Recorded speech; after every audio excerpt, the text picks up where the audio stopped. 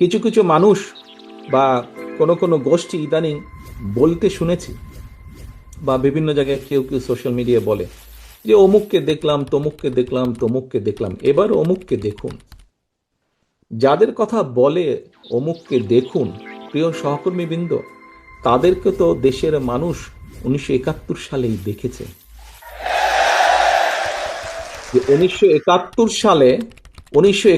সালে তারা তাদের নিজেদের স্বার্থ রক্ষার্থে কিভাবে লক্ষ লক্ষ মানুষকে হত্যা করেছে, ঠিক যেভাবে পতিত স্বৈরাচার পালিয়ে যাওয়ার আগে হাজারো হাজারো মানুষকে হত্যা করেছিল ক্ষমতা ধরে রাখার জন্য।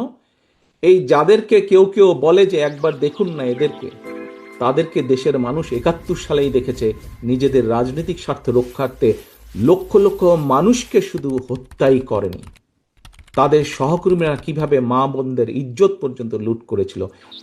এই কথাটি আমাদেরকে মনে রাখতে হবে। হ্যাঁ, আমরা দেশের ঐক্যের স্বার্থে শহীদ জিয়া বা বিদেশমন্ত্রী বেগম খালেদা জিয়া অন্য অন্য দলের কিছু ব্যক্তিবর্গকে ক্যাবিনেটে নিয়েছিলেন, মন্ত্রিসভায় সদস্য হিসেবে নিয়েছিলেন। তাদের কারো বিরুদ্ধে শেখ মুজিবের সময় বা শেখ হাসিনার অন্য শাসনামলেও তাদের কারোর বিরুদ্ধে শেখ মুজিবের সময় অফিসিয়ালি রাজাকারের আইনে বিচার হয়নি, তারা জেলও খাটেনি, কোনো কিছু হয় নাই।